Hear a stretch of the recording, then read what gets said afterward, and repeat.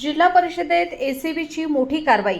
महिला अभियंत्याला लाच स्वीकारताना पकडलं रंगेहात.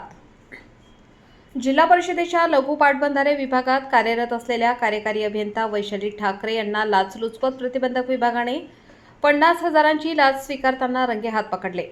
जिल्हा परिषदेच्या जुन्या इमारतीमधील कार्यालयातच ही कारवाई करण्यात आली. एका कामाच्या बदल्यात वैशाली ठाकरे यांनी संबंधित ठेकेदाराकडे 50,000 रुपयांच्या लाचेची मागणी केली होती. मात्र लाच देण्याची इच्छा नसल्याने ठेकेदाराने थेट लाचलुचपत प्रतिबंधक विभागाकडे धाव घेतली आणि रीतसर तक्रार नोंदवली.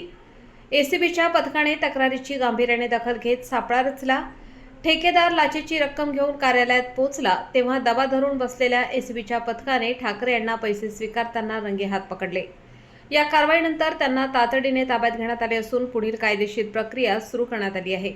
शासकीय कामासाठी कोणत्याही अधिकारी किंवा कर्मचाऱ्याने लाचेची मागणी केल्यास नागरिकांनी न घाबरता लाचलुचपत प्रतिबंधक विभागाशी संपर्क साधावा असे आवाहन विभागाकडून करण्यात आले आहे. सदरची कारवाई सध्या प्राथमिक स्वरूपामध्ये आहे.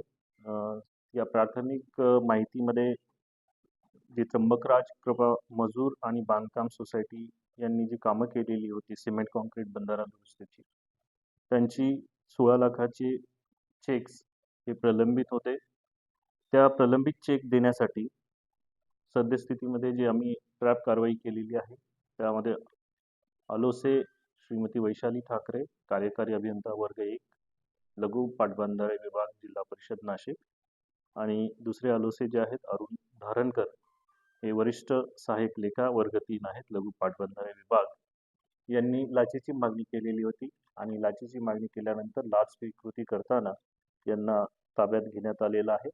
याबाबत पुढील कारवाई करीत आहोत. गुन्हा दाखल करण्याची प्रक्रिया